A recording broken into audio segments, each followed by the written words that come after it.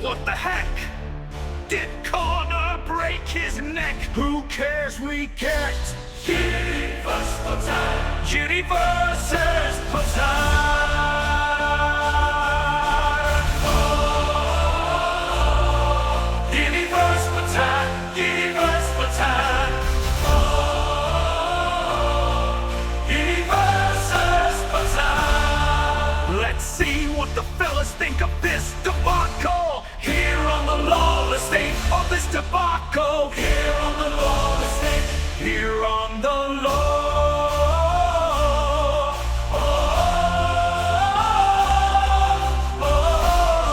Okay, so we've all heard the news by now. UFC 303 needed to be saved yet again. The rumors abounding as to when all of this went down. I think we called it right out the gate when this was announced. Listen, this makes me believe that our Jake Paul, Mike Tyson thing that we said isn't going to happen is actually not ever going to happen either. But Conor McGregor out of UFC 303. Which leaves Michael Chandler without a dance, but they weren't going to hook him up with another fight. I don't know why. And they've gone and restructured the entire top end of this card now. They have.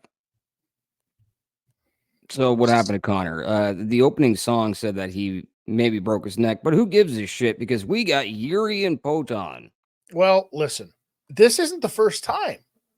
This is what I was saying. Like, is there a guy, Brady? Let me ask you this. Is there a guy that took more heat coming into the UFC for, oh, he's not an MMA fighter. He's a stand-up kickboxer, right? Mm-hmm. But the UFC has leaned on this dude time and time and time again.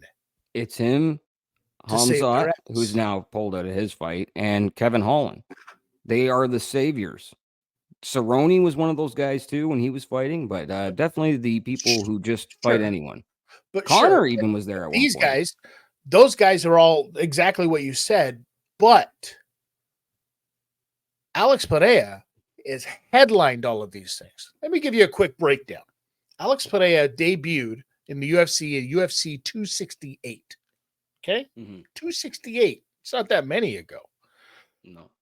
When he first started getting the bump up to main event, 281 was when he main evented against Izzy. Yeah, that's not long ago at all. And he won. And then 287 was the rematch where he headlined and lost. Then, stay with me here. I'm trying. 291. Okay, we were just at 287. 291. Okay, he's fighting Jan Blachowicz and gets a split decision. Goes up a weight class, right? Gets a split decision on that one. Yep. Okay. 295, he starts becoming the savior of the UFC. Because remember what the main event was supposed to be for 295 was supposed to be John Jones, Stipe Miocic. And it ended up being the first time that we got to see Alex Pereira and Prochazka. And we know how that ended. It ended with Jiri getting some big-ass elbows and getting knocked the F out. It was a freak TKO, but yes, Jiri does. We talked about it on the show previously. Jiri did say, hey, I was out. I couldn't see shit. I was genuinely knocked out. So it was not an early stoppage, but it was a freak TKO. So you sticking with the numbers with me so far here? I'm trying. Right? We started off at 281, 287, 291, 295 we're at right now, where he came in to make the save. And then we're 5 more pay-per-views. UFC 300, the biggest one. I mean, number 300. Biggest one in 300 pay-per-views. And who headlines the whole thing? Alexander Pereira ends up headlining the entire thing against Jamal Hill. And we also still concussed, apparently. This was the, that moment, right? And now 3 3 pay-per-views later, they call him up with like 7 seconds left in the game, and he's got to save the other biggest name in UFC history that isn't John Jones, and that's Conor McGregor. Yeah.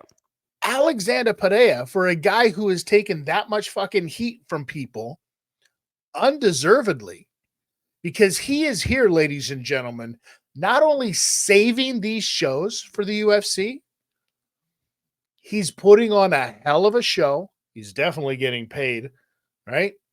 He's getting a huge bailing paycheck. out the UFC. But here's my question for you though, Brady.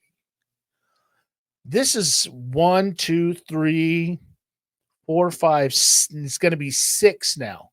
6 pay-per-views in the last like 20, something like that, right? Whatever. Yeah. In the last 22. The last 22, 6 of them, he's been the main event or co-main event on. For a company that says they've got 47 billion employees and fighters under contract, why is it that they feel they need to keep going back to Alexander Pereira? Because he sells fucking pay-per-views and he wants to fight, and he's not a young lad. So he's the type of guy where he doesn't receive a lot of damage in his fights. He's not young. He had a full career in kickboxing and Muay Thai before this. I believe Muay Thai. I don't know if he was actually in Muay Thai, but kickboxing before this. He's had a long, long career of getting punched in the face, punching people in the face. So I think he's just trying to get as many fights in as he possibly can. Like his record, he's won 20 fights. For a guy supposedly who doesn't have a lot of experience in MMA, he's got a pretty big record. So I do think Alex is experienced. He's got 12 fights. He's 10-2 right now. You know what I mean? Going into this one, MMA fights, anyways, right? Yeah. Well, he's had a lot more than that. Yeah. When it comes to kickboxing. Yeah. Kickboxing fights. I mean, probably hundreds. It's probably fucking hundreds of these. Who knows? Yeah, you don't know with a guy like that. It's insane. Okay, so we didn't just get one.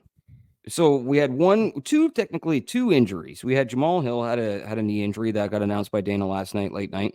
Well, that was crazy in the first place because if you remember, Jamal Hill was supposed to fight Khalil Roundtree. Yeah, and Khalil got popped he got the old Ryan Garcia supplements and fessed up to it, doing his thing, helping everybody out, right? But that fight gets canceled. Yeah. Carlos Ulberg comes in as the replacement for Khalil Roundtree to fight Jamal Hill. So that fight is set. Jamal Hill, Carlos Ulberg. Then Jamal Hill gets injured. And now Carlos Ulberg, who's like, well, wait a second. I thought I was going to be fighting. I was all set to fight. And then, from out of nowhere, Anthony Smith, the stud that he is, says, you know what? Fuck it. I'm ready to fight somebody. Let's go. Every time I think I'm out of the Anthony Smith game, he pulls me right the fuck back in, man. With that last performance, plus what he just did here, just jumping up and, helping save the day. Anthony, you're heading into legend status. Hanging out with Bisbing is doing you favors, my friend, because a year or two ago, we didn't know what the fuck was going on with you screaming in the cage like someone just, robbed your house. But okay, so let's start at the beginning of the card when it comes to the actual main card. We have Joe Pfeiffer versus Marc-Andre Barriault. Yeah, that's going to be a hell of a fight, dude. I mean, this is the first time that Joe Pfeiffer has really got a dude who's going to be able to bang with him in there. Yep. I'm looking forward to this one, no doubt. One of the strongest punchers in the game right now. So then moving up into the women's bantamweight division, we have Maria Buena Silva versus Macy Chiasson, however you want to pronounce it. Macy's been there for a while. She's a seasoned vet now when it comes, maybe not the record as long, but a seasoned vet inside of the UFC. What do you think is going to happen there? Who cares? All righty. And then we're heading into the light heavyweight division, and that is going to be Anthony Smith versus Carlos Ulberg. What do you see happening? Listen, he's going to have to prove me wrong. He's going to absolutely have to prove me wrong. But I can't say no to Anthony Smith. I can't bet against him. Underdog, favorite, doesn't matter. Right now, you have to bet with, Anthony Smith. He's more experienced. He's craftier. We saw what happened when these young studs try to get in there with him. But Carlos Ulberg is a dude, 11-1, man. This dude could put your lights out quick. So Anthony Smith is going to have to mind his P's and Q's, be in there, be smart, but he definitely has all of the tools to pull out another spectacular win. So if you've been watching the previous videos or listened to the previous episodes of the Law Live Audio Wrestling, you will know that I was so stoked that Conor was fighting again. So when my pout went down that Conor was out, which we had a feeling Conor wasn't going to fight, but I try to stay positive. There was 2 fights that were announced that just completely turned that frown upside down. We have one of your homies, Brian Ortega, versus one of my new favorite prospects in Diego Lopez. Yeah, this is going to be a banger of a fight. And this goes to show you the kind of power that Conor McGregor has in the UFC and in the world of MMA is the fact that, like, think about this. They had this card set, much like a lot of Conor cards, right? It doesn't really matter if you can get on these cards. Fantastic. Sean O'Malley did a great job. Just put me in the beginning. But the cards were really nothing, but they'd always do $1 million plus, $1 million plus, $1 million plus. So they knew when they came back with this and Conor was out, they were like, fuck, we're going to need something big. Okay, obviously, Alex Pereira, cool, he's ready to go. He's already he's fought Jiri once, and we saw how that went. But, I mean, it's a banger of a fight, and they deserve to have a rematch because it was kind of weird and screwy. But is that really enough to replace a Conor McGregor fight, right? They said, no, you know what? Fuck it. Let's do Brian Ortega and Diego Lopez. It's nuts. And then everybody made that, that meme, that South Park meme where dude is just sitting there like this at the fucking computer. Pretty much. And that's exactly what it was. The only other thing that they could have done was move up the Patty versus Bobby fight from 304 to 303, and that would have been just as suffice. But before we play this amazing song again, head out of here. What are the keys to victory for Alex, and what are the keys to victory for Jiri, in your opinion? I mean, listen, Jiri Prochazka definitely has to come in there and mix up his striking game, be funky, do what he does, right? And Alex Pereira is going to have to try to hunt him down the same way that he did before. If they get up in close up against that fence, that's not where you want to be with Alex Pereira's back to the middle of the octagon. You don't want him pushing you back up against the fence. So that hook, man, it's sneaky. So Jiri got to be movement, circling away. And you know what? Let's get some takedowns. Let's make it interesting. Let's get that foot sweep happening that he does in there. You know what I mean? Let's get Alex Pereira out of his game, and that's going to be the key to it for Jiri Prochazka. For Alex Pereira, for Potan, he's got to do exactly what he does. He's got to just pressure, keep sticking that hand out there, cutting off the angles, get him up against the fence. Once you can get him up against the fence, then you can start playing your game like you did before with the elbows and that front kick, that teep, and throwing those hands and setting up that big left.